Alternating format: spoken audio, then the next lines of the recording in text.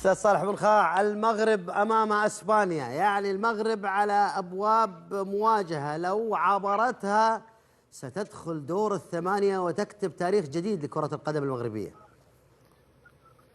مباراة صعبة، نتمنى التوفيق للمغرب. حقيقة أنا شفت المنتخب المغربي يملك من العناصر ويملك الانضباط التكتيكي، الروح والقتالية اللي يملكونها المنتخب المغربي. أعتقد أنها حتساعدهم كثير أمام المنتخب الأسباني اللي حقيقة بدأ يظهر بشكل مميز كل مباراة لوحدها. أعتقد أنه حتى المباراة الأخيرة ما ظهر المنتخب الأسباني بالشكل اللي بدأ فيه البطولة، خاصة وأنه بنسبة كبيرة كان ضامن التأهل، لذلك كان يلعب بأكثر أريحية.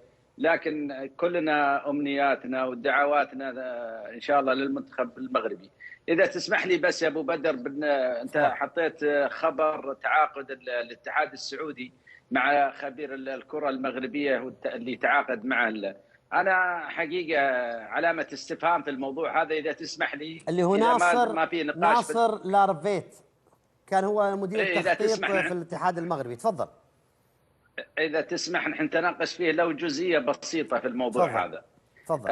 أول شيء أنا أتمنى أنه كان الاختيار عن طريق السيد هيرفي ريناد، بحكم أنه هو المدير الفني للمنتخب الأول، ونعرف سبب اختياره. أنا حقيقة وقفت على تجربة الاتحاد القطري تقريبا عام 2015 أو 2014، كان تم اختيار برضه خبير مغربي هو المسؤول عن المنتخبات المغربية في الفئات السنية وتطور الفئات السنية في المنتخب المغربي. تعاقدوا مع أعتقد الاتحاد القطري، ما شفنا نتائج على مستوى المنتخبات القطرية وعلى مستوى الفئات السنية، رغم أن الأندية القطرية تملك منشآت جدا رائعة وتملك إمكانيات مادية في هذه الحقبة كانت رائعة. الآن إحنا نملك الحمد لله الملاعب ونملك الإمكانيات المادية.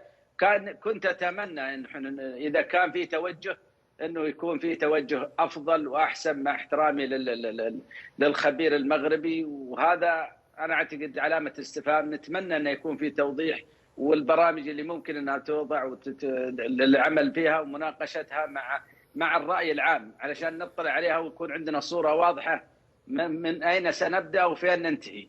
ناصر لارفي. طبعا المنتخب المغربي سفير الكرة العربية في دور ال16 أجرى مساء اليوم حصة تدريبية بملعب الدحيل في الدوحة استعدادا للمباراة اللي راح تجمع الثلاثاء المقبل مع اسبانيا ضمن دور ال16 لكأس العالم 2022 على ملعب المدينة التعليمية.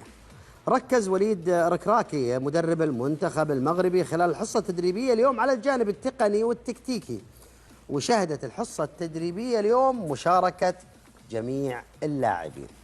الزميلة هبة المبارك مراسلة البرنامج في كأس العالم التقت مع منير المحمدي لاعب منتخب المغرب وهو أيضا حارس مرمى نادي الوحدة السعودي. Sí, bueno, son consecuencias, ¿no?, de la exigencia de esta competición y que... نعم صحيح، هناك صعوبات في هذه البطولة، ولكن سنحاول التغلب عليها من خلال المواجهات المقبلة أمام إسبانيا. وبطبيعة الحال الأمور لن تكون سهلة، لكن كل شيء ممكن. Nosotros, no, bueno, yo creo que en este partido la favorita clara es España, así que... لا، لم أقل أننا الأقرب للفوز، والأكيد أن الأفضلية للمنتخب الإسباني، ولكننا متعودون على لعب كل مباراة وكأنها نهائي، لذلك سندخل المواجهة بكامل قوتنا وسنحاول الحصول على الفوز الذي تتمناه جماهيرنا. Vamos a prepararnos para dar. Muchas gracias.